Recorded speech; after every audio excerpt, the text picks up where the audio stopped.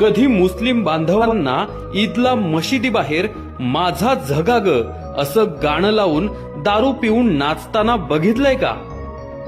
कधी ख्रिश्चनांना येशूंच्या समोर शांताबाईचं गाणं लावून मावा खाऊन नाचताना बघितलंय का? कधी जैन लोकांना त्यांच्या मिरवणुकीत आला बाबूराव गाणं लावून नाचताना बघितलंय का?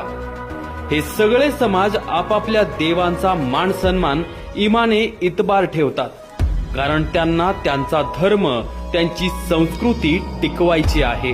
मग आमच्या हिंदू धर्माच्या देवांपुढेच डॉल्बी साऊंड आणि दारू पिऊन अश्लील गाणी लावून नंगानाच का? हा कलंक हिंदू सणांनाच का लागला आहे, की आपणच लावला आहे? डॉल्बीवर अश्लील गाणी लावून आपणच आपल्या देवांचा, हिंदू संस्कृतीचा अपमानच करतो आहे.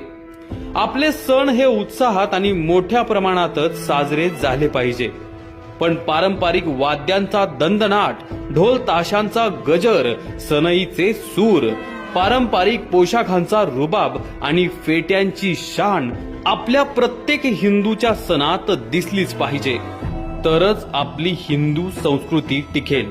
बघा, आपण स्वतः विचार करा आणि इतरांनाही विचार करायला लावा.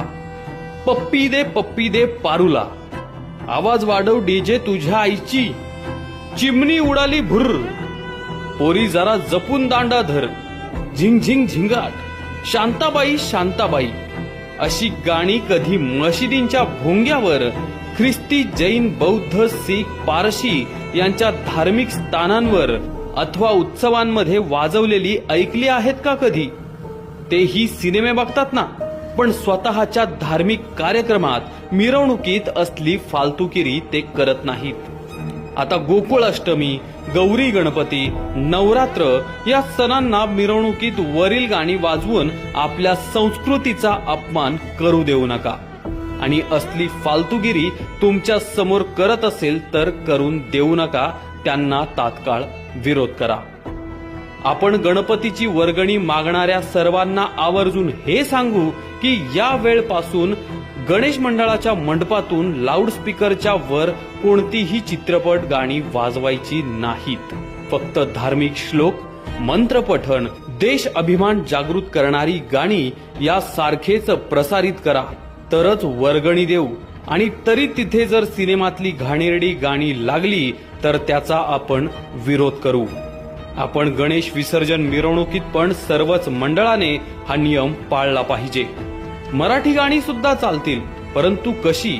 तर लता दीदी, आशाताई, उषा मंगेशकर, हृदयनाथ मंगेशकर, सुरेश वाडकर, अरुण दाते, सुधीर फडके, अजित कडकडे, सच्चिदानंद आप्पा यांच्यासारख्या मातब्बर गायकांनी गायलेली भक्तिगीते, भावगीते सार्वजनिक उत्सवात लावली तर काही हरकत नाही, पण धांगडधिंगा नको.